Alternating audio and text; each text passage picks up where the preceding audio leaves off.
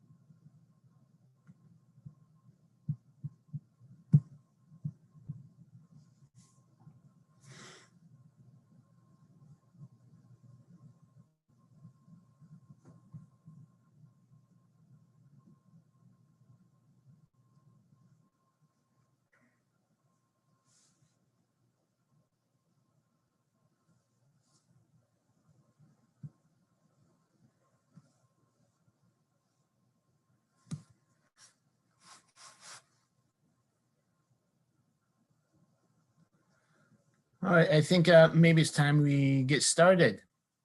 If we could maybe begin with introductions. I think we're a smaller group here. It'd be nice to get to know everyone briefly and where they come from. I'll just introduce myself. My name is Matthew Flynn. I'm a professor of international studies at Georgia Southern University. My training is in sociology, and I've done a lot of work on access to medicines, healthcare systems, especially in Brazil. I've written about the HIV/AIDS program there and the politics about breaking patents in Brazil. I've also done some other stuff of the internet and health, and also some issues related to immigration. So I want to thank you all for coming joining this panel. This is actually the first time I've been in this conference. I've never been there in person. And this is actually the first time I've been presenting virtually. So please be patient with me. So I want to thank you all for joining this panel.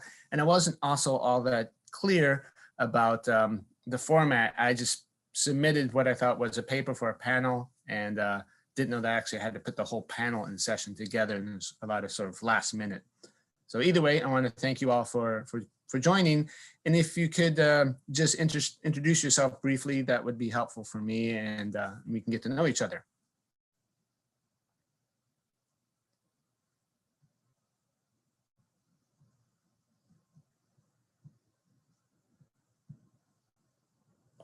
Or if you want to introduce yourselves on the chat, that could also work.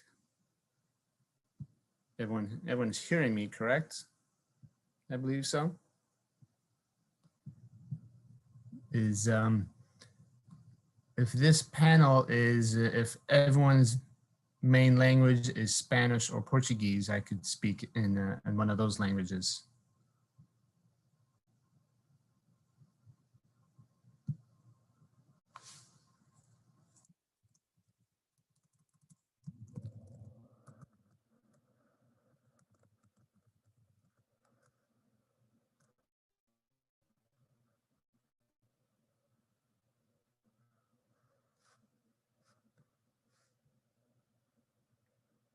Okay, I guess 15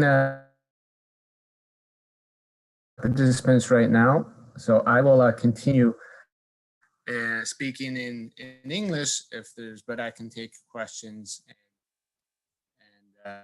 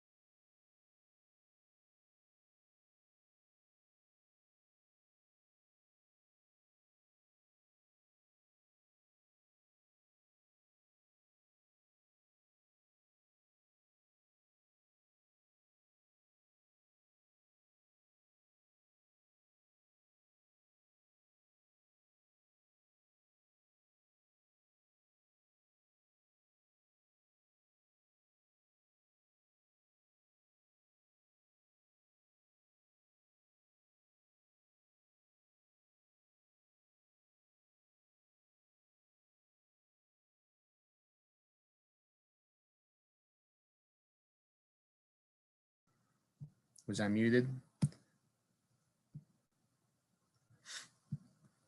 And and most recently, so they're sort of seen as a,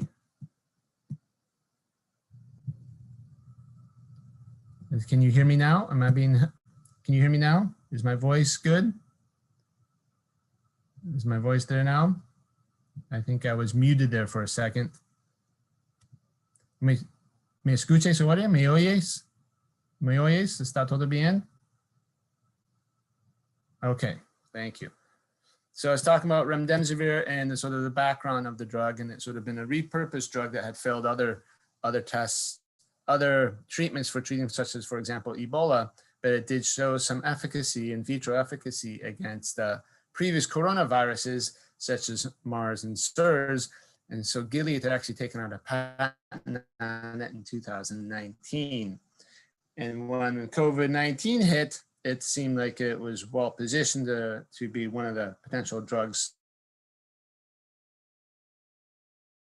More sort of clinical trials as part of the WHO Solidarity trial to assess the efficacy of it. And one important clinical study showed that it reduced hospitalization times for COVID-19 patients from 15 to 11 days. Subsequent to that, there had been pressures to lower the price. Gilead had initially priced the drug at $3,120 for a 5-day treatment course in the US. There are different discounts, whether or not it's going to government procurement, such as Veterans Affairs. And then for other countries, it has put the price at $2,340 for other developed countries. Now in this in our study, we're interested in, so how are certain hegemonic ideologies regarding contemporary capitalist norms challenged or upheld on digital platforms? You know, right now we do live in a very digital age. We live in the age of Zoom.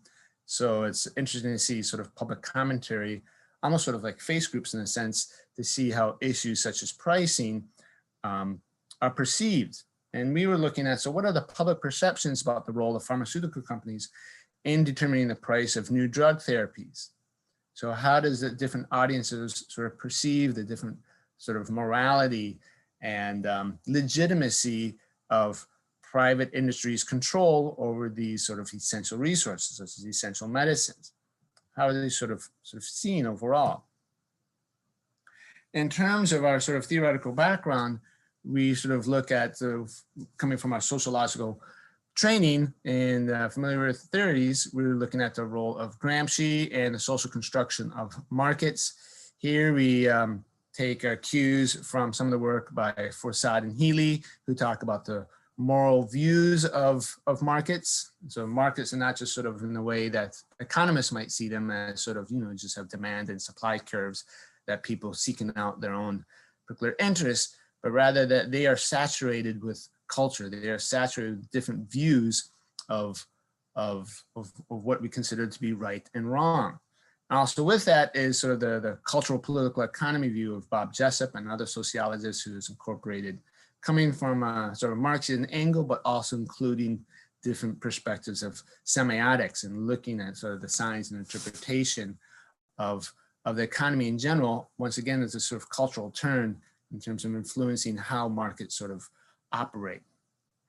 We're also influenced by some of the work of Leslie Sclair, William Robinson, who talk about the theory of global capitalism. This is sort of a global view of looking how capitalism operates today based on transnational capitalist classes, the prominent role of transnational corporations as sort of being the main institutional backdrop for transnational classes to operate, and the different institutions at the transnational level, such as the World Bank, the World Trade Organization. In this way, the TRIPS agreement, the trade-related aspects of intellectual property, plays a key role establishing a common institutional backdrop of patent protections for intellectual property that provides monopolies for pharmaceutical companies to establish to have retained control and price over essential medicines. There is, you know, lots of government policies for governments to intervene, such as issuing compulsory licenses. And I've written about this quite a bit in the past, especially the case of Brazil's AIDS program. And there you see, you know, there's a lot of public pressure, a lot of sort of social activist pressure for governments to issue policies to better control the price of medicines. And one main one about that is sort of the compulsory licenses. And most recently, my co-author and I, Eric Silver, have looked at the case of sofosbuvir in Brazil and activists' efforts to force the government to issue a compulsory license to drive down the price of sofosbuvir that was marketed by Gilead. And once again, looking at sort of the cultural dynamics and discussions and online forum. My colleague comes a lot from the symbolic interactions field of Goffman that emphasizes the role of stigma. And this is, you can see there's additional others who work in terms of social movements who emphasize this sort of the cultural role of social movements to frame issues in order to get adherents to join their cause, in order to mobilize people.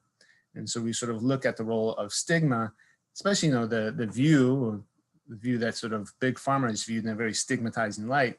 And so what is sort of affecting that, or to what degree is that the case, is sort of one of the things that we are sort of considering in terms of informing our sort of view on this topic. So what we did is that using sort of US Newsstream and Procrest and Reddit, we were able to download and search for a number of different articles that mentioned remdesivir and price, especially in the Wall Street Journal and New York Times. And from these different search engines, we could download commentaries, all these sort of debates that occur online. And we did that from the time that Gilead announced the price of remdesivir at the end of June to about September 28th. And we could sort of see all the different public discussions about remdesivir in the public sphere. So this is ultimately sort of a public understanding of the legitimacy, of the moral legitimacy of Gilead's pricing of this drug that shows a bit of efficacy for treating COVID-19. And we brought these into in vivo software. We did initial code looking at sort of how many views are there, sort of anti-pharmaceutical perspectives and frames are there against sort of big pharma. And then the other hand, seeing how many sort of frames and posts there are supporting the private pharmaceutical industry, just as sort of like a first cut. And then after that, we went in and delved more deeply in seeing, okay, what are the most dominant themes, issues, and topics that people are debating that they sort of express in terms of the issues that they see regarding Gilead's announcement of price here. In terms of the basic sort of quantitative analysis, and this is just an initial study, we're still going over the data, but in terms of our initial cut looking at this data of, for example, 720 posts that we went over, we found that, you know, the majority was 59% of these 720 posts took a very explicit sort of anti-pharma or anti-Gilead frame, such as these expressions is, this is why we hate both, they're trying to say, pharma and politicians, and they bribe. Whereas you see some pro-pharma frames, this is a quarter of the post, tend to offer some type of support or tacit support towards the pharmaceutical industry, saying that, oh, this saves money for both patients and hospitals. It's not a high price. I sort of seen it trying to justify Gilead's pricing of it. And then there are many posts that were sort of just neutral, that sort of offering or making questions about issues that they're unclear about, or just not relevant whatsoever. And they make up the difference here. And so then the next round, we try to delve in deeper into the different themes that the pro and anti views express in these online forums. And so, for example, from a pro-pharma sort of post, it says, hey, and this is a common frame that we've seen before, is that the research and development justification. And this is that, oh, Gilead spent a lot of money in clinical development in phases 1 and 3, including their early phases where they established safety profile and during which the risk of failure is high. Also, they assumed a large amount of risk by going all in on increasing production in January before they even knew it would work. If it didn't work, they would have assumed tens, maybe hundreds of millions of dollars in losses. And no one in government or out would have gave a shit. And so you see a lot of these, many other posts like this sort of justifying or legitimizing Gilead's pricing of this medicine. Some additional ones is, even if this is a minimum, the range is 70 million to 100 billion in terms of the cost of research and development. There's a novel drug of research and development costs about 2.6 billion per drug. Let's say it's triple the quote you just put in, 210 million. That's still less than 10% of the cost to develop this drug. And saying, oh, it takes a long time. Usually takes 10 to 20 years for a drug to develop. And they have to cover 15 to 20 other drugs that failed to reach profitability stage. And saying, oh, they have to, these high prices have to cover the costs of failure. And that's, once again, we've seen this before being presented as sort of supporting the high costs of medicines.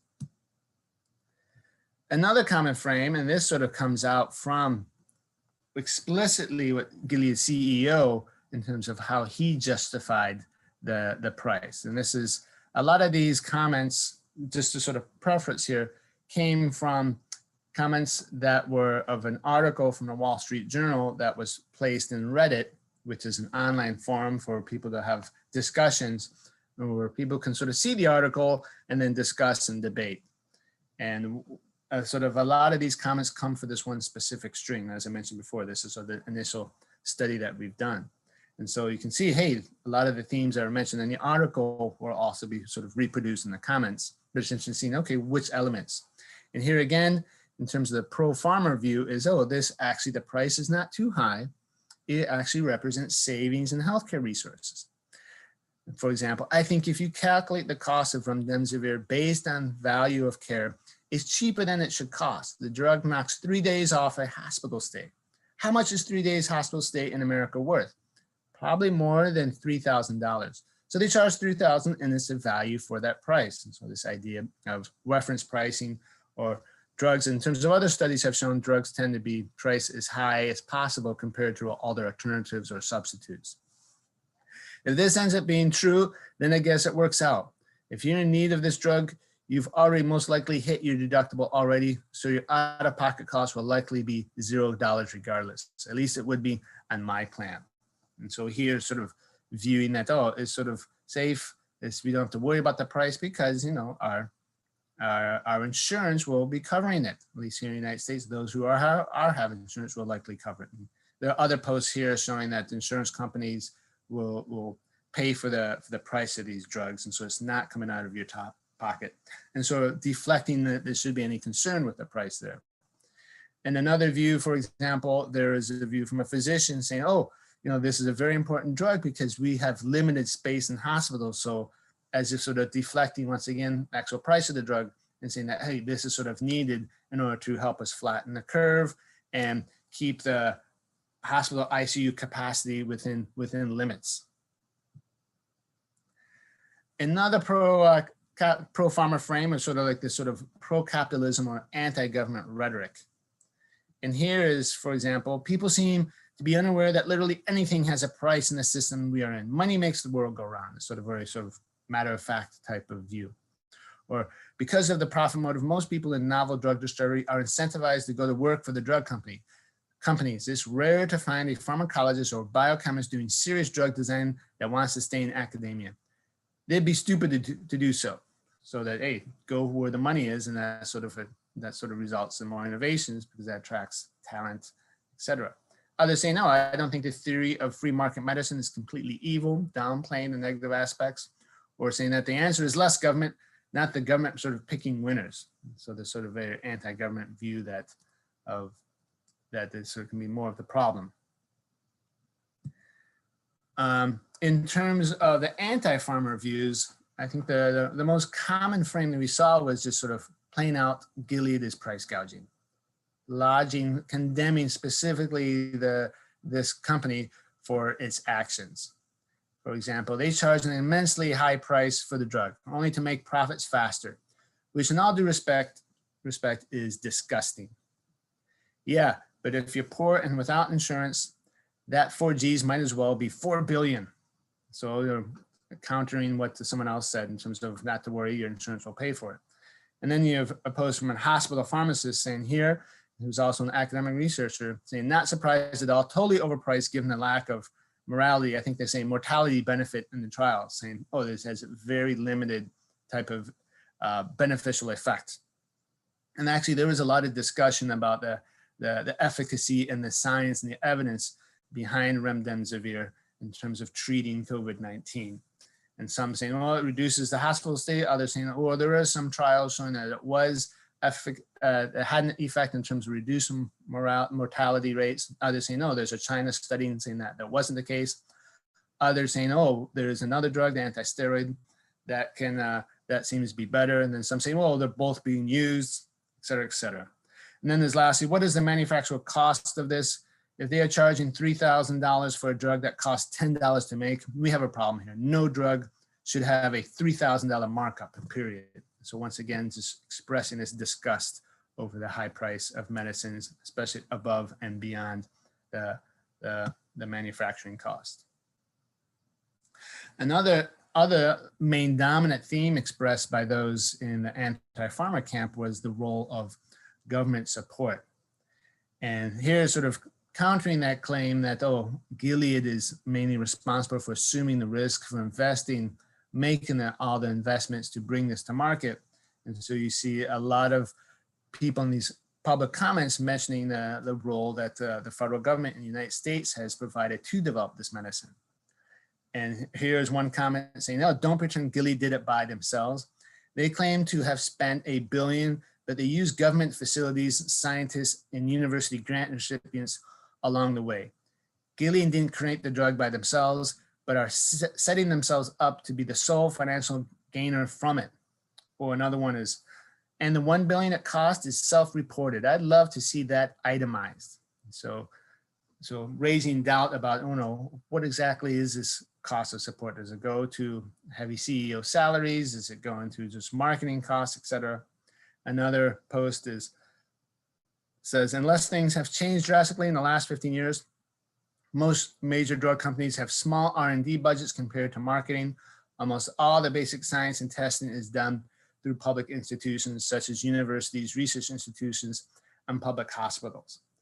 And I didn't include here, but there are a lot of other posts that mention, specifically mention that Gilead had received at least $70.5 million in federal grants to develop this drug, in terms of a bunch of federal monies in the basic science, in terms of develop it, in terms of different lab testing, and also in terms of funding clinical trials. And so there is and that initial figure of 70.5 billion came from Knowledge Ecology International, the consumer advocacy or patient advocacy group based in DC.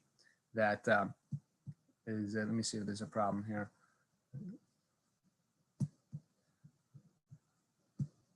That initially put it out there.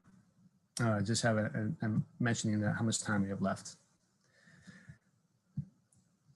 The next most common frame that came up quite a bit in the anti-pharma is the anti-pharma view is that capitalism is evil.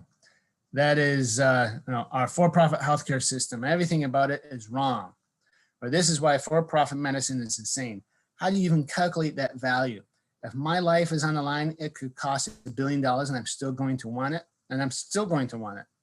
Or seriously, I think everyone is aware that human life has a price in our current system. That's not some little known fact. We just think that's wrong, and a system that allows for that is disgusting and should be replaced or changed. Another post is saying, you guys should be writing about your shitty overpriced healthcare. Honestly, pretty sure that kills more people than US cops.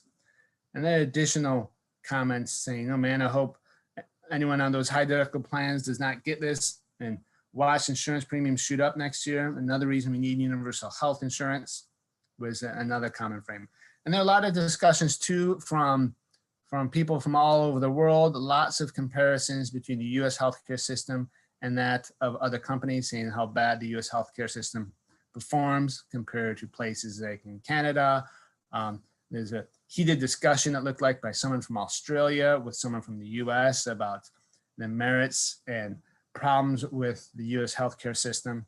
So even though we sort of focused in terms of our data gathering and sort of this online forums based in the US, there seemed to be a very considerable degree of discussion from international participants.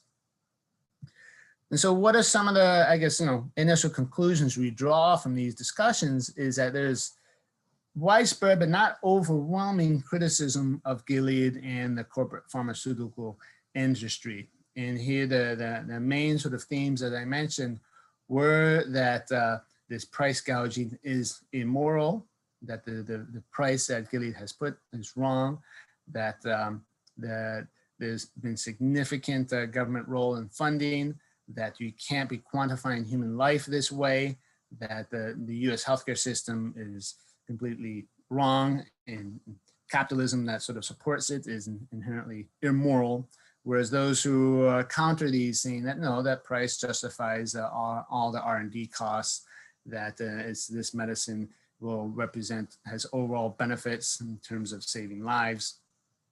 And these frames sort of differ quite a bit from when we're looking at the case of when we looked at the case of Brazil, where we had different types of themes there, a little bit much more focused on the role of patents. And in this specific article that we looked at, there was not a lot of discussion on the role of patents. We had developed a code specifically talking about intellectual property and patents, but at least the case here, that didn't come up quite a bit. And that compared to Brazil, because we're specifically looking at the case of sofosbuvir, and there was ongoing media coverage and pressure from access to medicine advocates, such as Doctors Without Borders and others, pressuring the government to issue a compulsory license for Sevoflurane, but that wasn't sort of a dominant theme in the discussion here. So the specific role of patents and intellectual property did not come up that much in terms of the comments here. And also because of the United States has a private sort of base health insurance scheme for its health industry, that also varied compared to Brazil, where it's largely funded by the public health system. So you have those types of differences when you compare our previous work to this one. But also you didn't have as much sort of evils of capitalism in the view of Brazil, whereas in the United States, you had talked a lot of the evils of capitalism, whereas in Brazil, oftentimes they're sort of claiming to be the evils of imperialism, such as US imperialism, enforcing these prices on Brazil. In terms of, okay, what types of strategies seem to be sort of most relevant and pertinent, I guess, for the access to medicines movement. In this specific case, it looks like the publicizing the role of government funding of research and development seems to have been pretty effective, and it tends to resonate quite a bit with the public. One of the strings that we're looking at in terms of online comments had this very heated discussion about research and development. What is the role of Gilead? What is the role of the government in terms of that? And the article, for example, that we took most of these comments from, such as the Wall Street Journal, did not even mention the KEI's, or Knowledge Ecology International, and Public Citizens' efforts to publicize the government support in developing this drug of 70.5 million.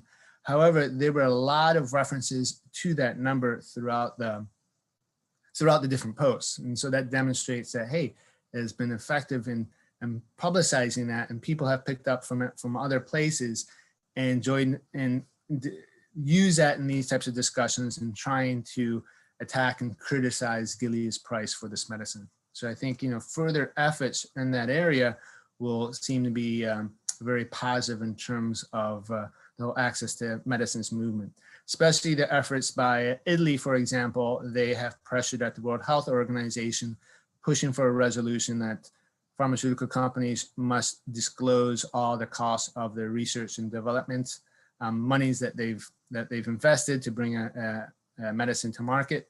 And also they've even passed recently resolutions in Italy itself that's saying that companies must disclose their R&D costs for new drugs, the reimbursement rates that they've had in other countries, and even the patent statuses of the drugs. So I think those efforts will continually to bear fruit. But also conversely, you can see that supporters of industry will continue to rely on these overinflated estimates saying of $2.4 billion to bring a drug to market, which have been widely criticized and debunked and based on corporate numbers that have not been disclosed to other researchers to scrutinize. And then lastly is that, pharmaceutical companies, they do face significant stigma, but they appear to retain a lot of sort of hegemonic positions, especially given the lack of policy alternatives that are being discussed in the public sphere. Obviously, this comes from sort of this initial analysis that we're looking at here. And the articles themselves have not discussed or presented different alternatives for research and developing and producing medicines. Just to give an example is, I've done studies on Brazil's role of the state-owned enterprises there that produce medicines for the public health system, and such as Pharmanguinhos by Fiocruz is one example that they produce medicines there, and it's a role that the United States could ultimately do here as well. Or there's another one in Italy, which is sort of a non-governmental organization that also does research and development similar to the efforts by the Drugs for Neglected Tropical Diseases initiative, coming out based out of Geneva, using the support from the Doctors Without Borders. And so considering these types of alternatives have not appear not to have been in the public sphere as likely. And so that could be a role in terms of showing, analyzing or sort of understanding the hegemonic position of the pharmaceutical industry. And we also have not done a complete analysis. We haven't completed our analysis yet of what is the role of, in terms of expert sort of discourse. Expert discourse being that we'd find more in editorials and op-eds. And we've looked at a couple of these and we have to finish coding, but they oftentimes have expressed that and justify, and the majority of those we believe we have to, after we finish our analysis, look to support the pharmaceutical industry, sort of from eliminating the sort of overall spectrum of possibility. And this goes in terms of hegemony analysis, showing that, oh, what are the alternatives being presented? How are they getting out there? And how would these sort of be received by the public? And I think that'd be a realm of further advocacy and also further analysis, sort of looking at different types of alternatives. Anyways, I will stop there and look forward to take any questions or comments or feedback that you might have. And I'm also willing to share this draft that when we finish our initial draft of the paper to anyone who might be interested. Thank you.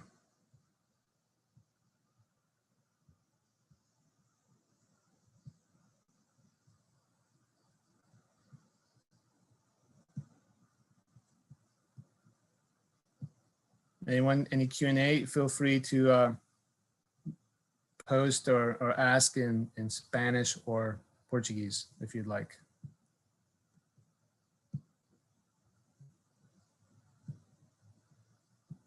Maybe the control master could open up the chat too as well, if you could do that.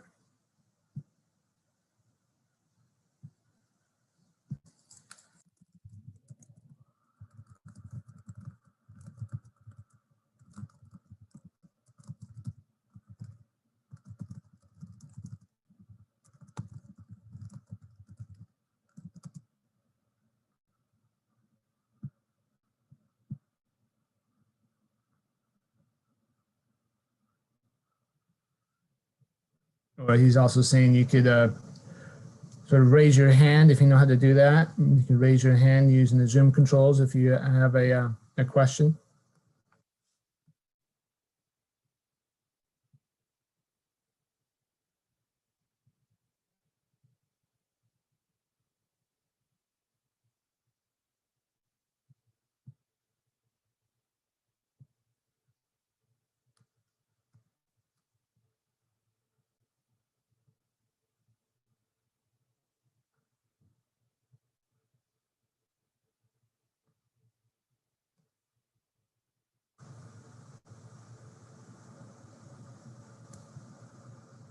Anyone? What about the join chat?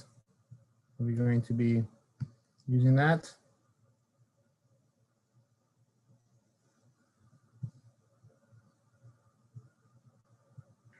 And there's also a menu of questions and answers.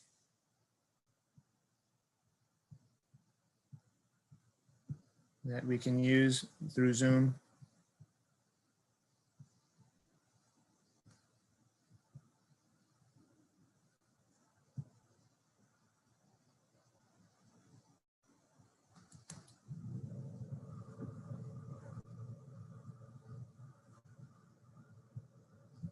Anyone, any questions? I think master control, it looks like you're sending out ways to participate, but I think that might be just sent to me privately. There you go. So in terms of anyone want to, any comments, questions, suggestions?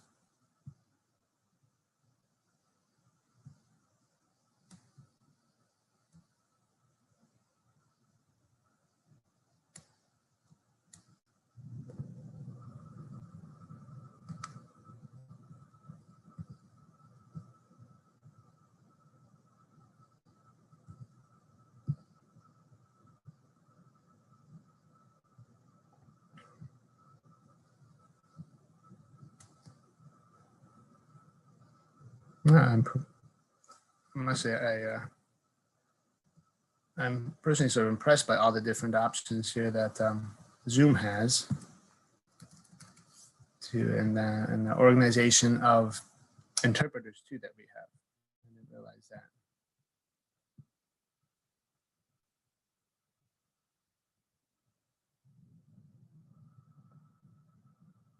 I think I can allow people to talk if you'd like to. Catherine, Lena, Luis, Pilar, Sergio.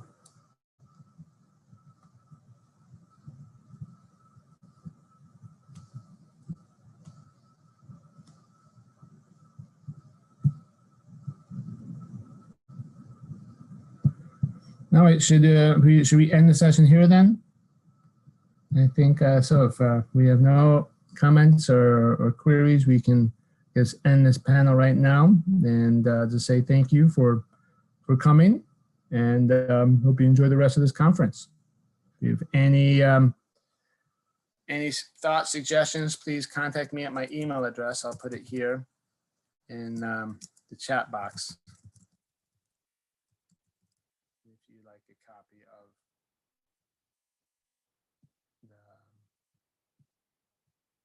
of the presentation of the work that we're doing.